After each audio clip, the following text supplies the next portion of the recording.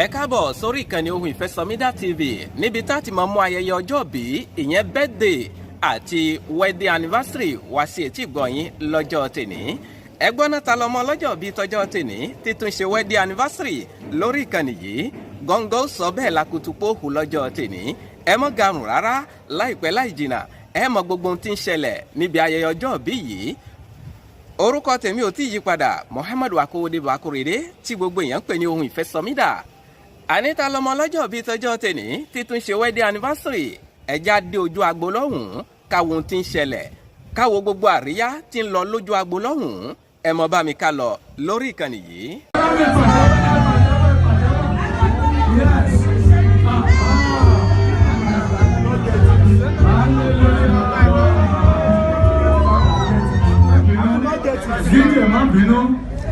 Àǹtí mi. Kò tí fi tiẹ̀ sí mi lọ́wọ́. Ó ṣẹ̀ṣẹ̀ fẹ́ṣẹ̀ ni ẹ̀ ọ̀yá àǹtí mú òrùka ẹ̀ dání.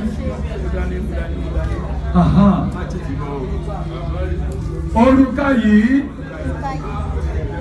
ní èmi fi báyìí wọ Femi Famod. gbé ìyàwó gẹ́gẹ́ bí àṣẹ Ọlọ́run. Gẹ́gẹ́ bí àṣẹ Ọlọ́run. Gbogbo ìrìn àjò gbé ayé mi. Gbogbo ìrìn àjò gbé ayé mi.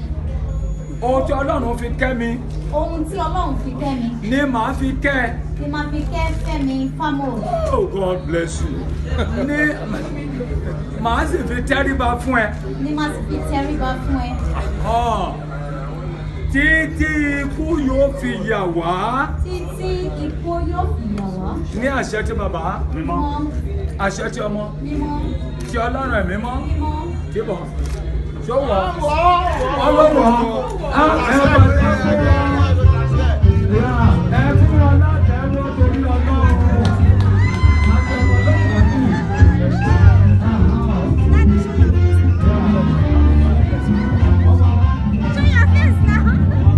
Ọmọ Famod ọmọ Famod mú. Ẹ bá mi ṣe orin. Bẹ́ẹ̀ bá mi ṣe rí pé kí lorúkọ kọ́ ẹ̀. Hello Mrs. Famod. Ó ṣe nítorí òyìnbó Cherie bá ti wò kú oríire.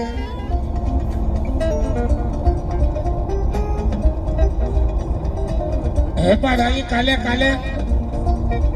Àdúrà yìí á máa gbà ọ̀rọ̀ tẹ́ bá wà lọ́hùn sọ. Ìdàpọ̀ mímọ́ láàrin èèyàn kan àti kejì. Wọ́n jẹ́ méjì wọ́n pa wọ́pọ̀ wọ́n dára kan ṣoṣo. Ọlọ́run ọba ló ń jẹ́ bẹ́ẹ̀. Bímọ ṣe ti yín kọ́. Àṣẹ Olódùmarè àṣẹ lọ́hùn ọba ni. Ìfẹ́ náà fi hàn ara. What God has joined together, no we let no one, not even ọkùnrin, àtobìnrin.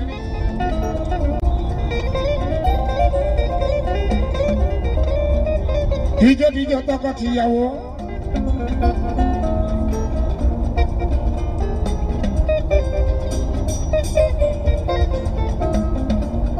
Àbíkẹ́ adé Cherie mọ́tò. Ọ̀yà tí Fẹ́mi Adédèjì yóò ṣe. Ayọ̀dèjì Olúwafẹ́mi Ayọ̀dèjì ọmọ Famod mú lẹ́kìtì yóò ṣe. Ìjẹ́rò lẹ́kìtì. Congratulations, kú oríire. Ànájà ó bẹ́ẹ̀ ní ikú tọ́nu. Ìgbéyàwó ṣe pàtàkì, ìgbéyàwó ṣe kókó. Bẹ́ẹ̀ ọjọ́ ìbí tún ṣe pàtàkì, ọjọ́ ìbí tún ṣe kókó. Prince Olúwafẹ́mi Ayọ̀dèjì Famodimu, Mr. Famod, aláṣẹ iléeṣẹ́ Famod Petroleum Station àti supermarket Selfa Aldi ní gbogbo Kotonu. Ìwọ lọmọ lọ́jọ́ bíi tọjọ́ tèní títún ṣe wedding anniversary pẹ̀lú aya rẹ̀ Sherifata Abike Bello Famodimu, Mrs. Famod, aka Cherie de Moi Global Connection, Boutique Care and Spa. Àti ilé ìtajà supermarket Selfa Aldi ní gbogbo Kotonu. Mo kí yín kú oríire torí àánú lẹ rí gbà lọ́jọ́ tèní. Àìmọye ìgbéyàwó tí ó lọ́sẹ̀ kan, àìmọye ìgbéyàwó tí ó lóṣù méjì, àìmọye ìgbéyàwó tí ó lọ́dún kan. Mo bá yín dúpẹ́ lọ́jọ́ tèní. Mo wá ń kí ọmọ lọ́jọ́ bí bàbá wa Prince Olúwafẹ́mi Ayọ̀dèjì Famodimu, Mr. Famod, aláṣẹ iléeṣẹ́ Famod Petroleum Station àti ilé ìtajà supermarket Selfa Aldi ní gbogbo Kotonu. Mo gbà á ládùúrà fún ẹ̀yin pé ọdọọdún ló mọ bẹbí bẹbẹ, ọdọọdún ló mọ wà bí ẹwà, àfàìlà ọjọ́ bọ́jọ́bá là kó mọ là sówó, bọ́jọ́bá là kó mọ là sọ́mọ, bọ́jọ́bá là kó mọ là sáìkú baálé ọ̀rọ̀. Ìran agúnugún kan kì í kú lẹ́wẹ̀, ó dàgbà, ó dògbò, ó fọwọ́ páwú, ó fẹ́rìgì jóbi. Gbogbo ọmọ tó tara rẹ̀ jáde, wọ́n yè wọ́n yenú, wọ́n yàn wọ́n yanjú, wọ́n lànú kedere. Iṣu ọmọ yóò jiná fún ẹ̀jẹ̀ o. Happy birthday to you. Àbíkẹ́wò kí o. Ayọ̀lúwa Fẹ́mi.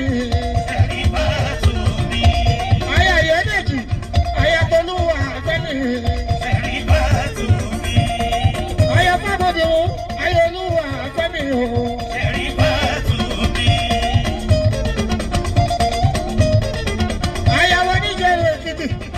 Ayọ̀lúwa Fẹ́mi.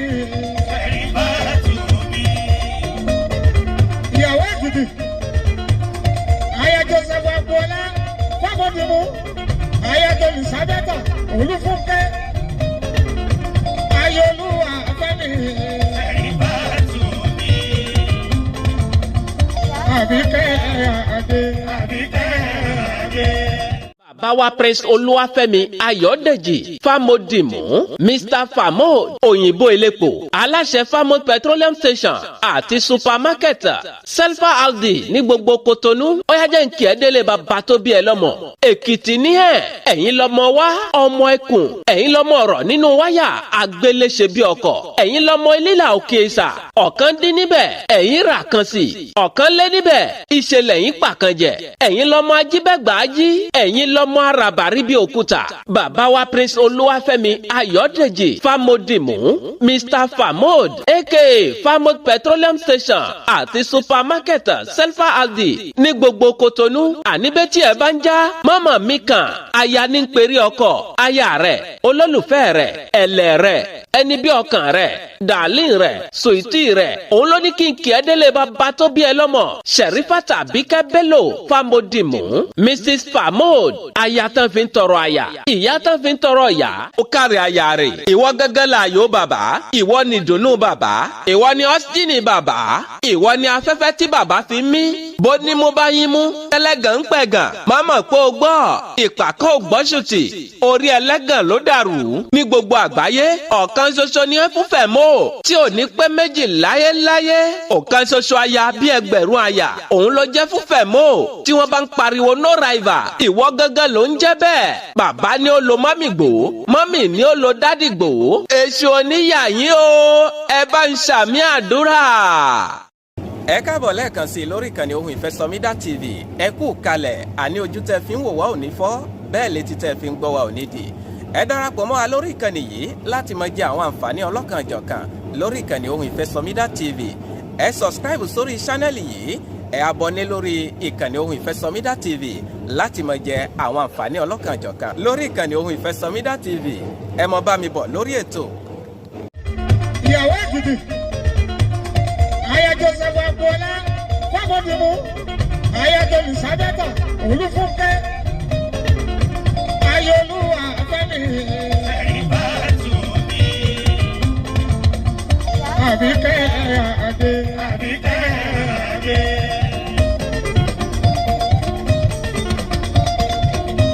Alága bàbá.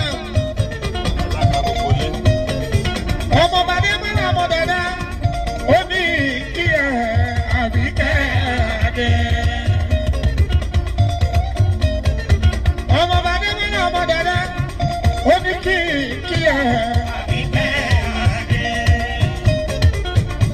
Sherifata tù mí. Sherifata Abike Bello Famodimu Mrs. Famod ó yá jẹ́ nkì ẹ́dẹ́lẹ̀ bàbá tó bí ẹ lọ́mọ. Ìyẹ̀rú ọ̀kíni yìí ẹ̀yin lọ́mọ ọlọ́fà mọ́jọ Ọlálọ́mí Abíṣujórúkọ ìjàkadì lóru ọ̀fà ìjà kan tí wọ́n ń jà lọ́fà lọ́jọ́sí. Ọlálọ́mí ó ṣojú tani ó ló ṣojú ebè lálá ó ṣojú poro nínú oko ìbá ṣojú olóko ìbá làwọn. Ẹ̀yin lọ́mọ pínre láre búre ìkan ò gbọ́dọ̀ jùkàn bí ọ̀kan bá jùkàn nílé ọlọ́fà mọ́jọ ogun ládá nílé bàbá tó bí wọn lọ́mọ ọ̀fà ọ̀mọ̀ká ẹrú rẹ̀ ló mọ̀ ọ́n ká ẹrú ló mọ̀ láká jọmọ lọ. Ọmọ Ọlálọ́mí ni mo rí mo dáṣà là ńlá pa Ìyẹ̀rú ọ̀kín ni mo rí mo dáṣà là ńlá bẹ̀. Mi ò pé ẹ mọ́ là mí o ṣùgbọ́n ẹ rọra là mí ẹ mọ́ jẹ́ kábẹ́ ó jilẹ̀ lẹ́pà mi.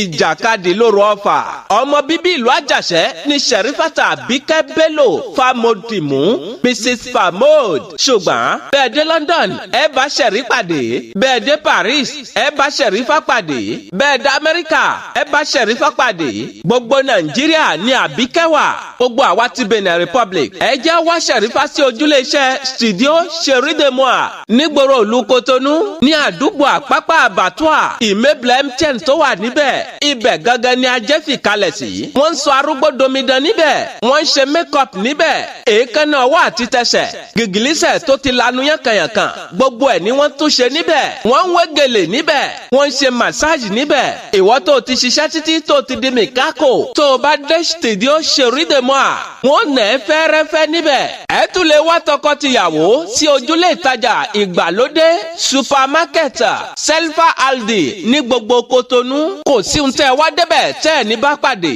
ó yẹ ẹ jẹ́ ká rèlú wa ká lọ jẹ gbádùn Wàsíù Àyìndé Arábàmbí ó yá gò sọ́hùn kó mọ lọ bẹ́ẹ̀. Cherie ó yá ká lè lu wa Àjàṣẹ́ ó yá ká lè lu wa ó yá ká lè lu wa.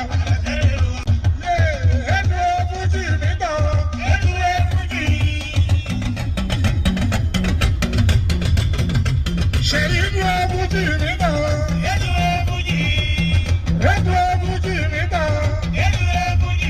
Yẹ̀mẹ̀ pẹ́ dúró fújì mi tán. Yẹ̀mẹ̀ pẹ́ dúró fújì mi tán. Cherie dúró fújì mi tán. Ṣé ìpọ́sí yẹ? Ṣé ìpọ́sí yẹ? Ṣé ìpọ́sí yẹ? Sí yẹ, àjọyọ̀.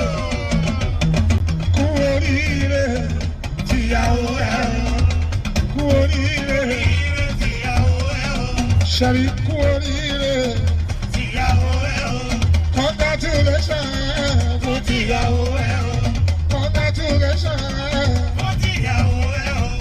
Sherifata Abike Bello Mrs. Famod aka Cherie de moi Global Connection Boutique and Spa Aya Prince Olúwafẹ́mi Ayọ̀dèjì Àkànní Famod aka Famod Petroleum Station àti supermarket Selfa Aldi ní gbogbo Kotonu. Mo gbà á ládùúrà fún yín pé iléeṣẹ́ yín ò ní gbaná bẹ́ẹ̀ ni kò ní laná ẹ ò ní mọ̀ṣì ẹ ò ní mọ̀yà transformer níyín fún gbogbo ènìyàn ẹ ò ní gbaná bẹ́ẹ̀ lẹ ò ní laná ẹ ó mọ lọ́re ẹ sì mọ bọ̀ọ̀rẹ̀ tí ẹ bá ń fò lókè ẹ ò ní jábọ́ tí ẹ bá rìn nílẹ̀ ẹ ní ṣubú gbogbo ẹni tó ń wá ṣubú yín tó ní ó kubi tẹ́ gbé gbà ẹ bá ń sọ fún wọn yín pé má gbẹ̀yìn làgbà lédì ń dún ó dẹ̀yìn ìgbín kí wọ́n tó fìkara wọn hàn ẹ̀yin lẹ́gbẹ̀yìn ọ̀tá yín èyí tí mo wí lẹ́nìí kò ṣẹ̀ mọ́ yín lára torí pé òjọ́ lóró náà mugi òjọ́ làṣẹ ẹ̀tọ́ múlẹ̀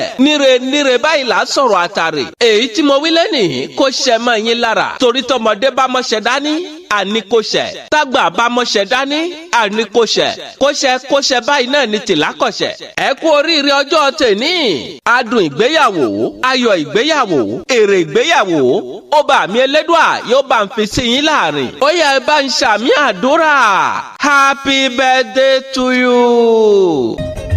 Cherie ayélujára Femi. Cherie birthday to me. Ayatollah Femi o. Cherie birthday to me. èrè ìyàwó ọlọ́run kó bá mi fún ẹ.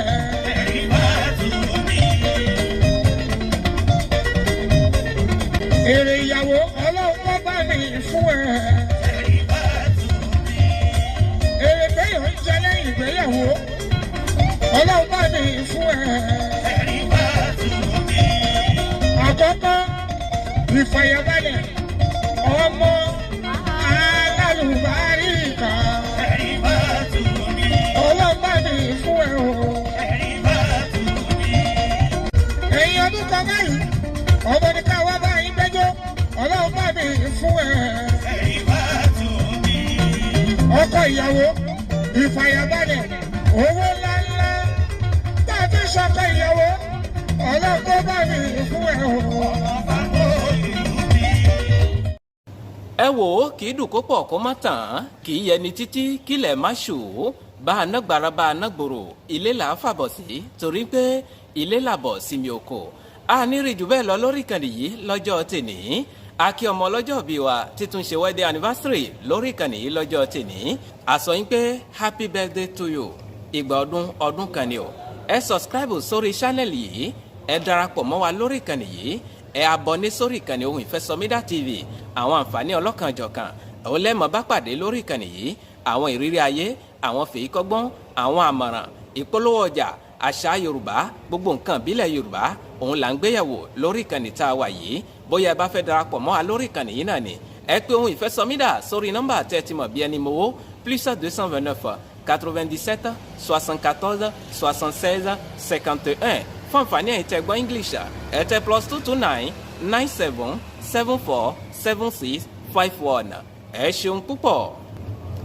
ẹ̀yà àgbẹ̀ mi ṣetán rèlú ìdáró bẹ́ẹ̀ lẹ́yà àlùkò mi ṣetán rèlú ìkòsùn lékèlékè mi ṣetán rèlú ìkẹfùn mímọ fẹlẹ́ ìṣèlọ lọ́jọ́ tèní mi ò ní lọ́lọ́ ẹja tó lọ tí ò dé sàlẹ̀ omi bẹ́ẹ̀ ni mi ò ní lọ́lọ́ kọ̀ǹkọ̀ tó lọ tí ò dé sàlẹ̀ odò èmi ní ma wá ẹ̀yin ní ma bá ọ̀bẹ ní bẹ́ṣọ àtẹlẹsẹ̀ á sì bẹ̀nà wò ẹni tó bá ní mọ́bọ̀ òun ní débá Muhammadu akóde bakorede tí gbogbo èèyàn ń pè ní Ohùn Ìfẹ́ SOMIDA Sẹ́ríkì ọlọ́pọlọ number 1 máyégún gbogbo sọ̀rọ̀ mò ń dágbére lórí ètò kì í ṣe ti kú kì í ṣe tàrùn ìpàdé mi àti ó tún di ní kòpẹ́kòpẹ́ lórí àkọ́tún ètò títí ìgbà tá a tún máa pàdé mi ò fi ń sínú ìbànújẹ́ o mi ò ní débá yín nínú ìbànújẹ́ ó dàbọ̀.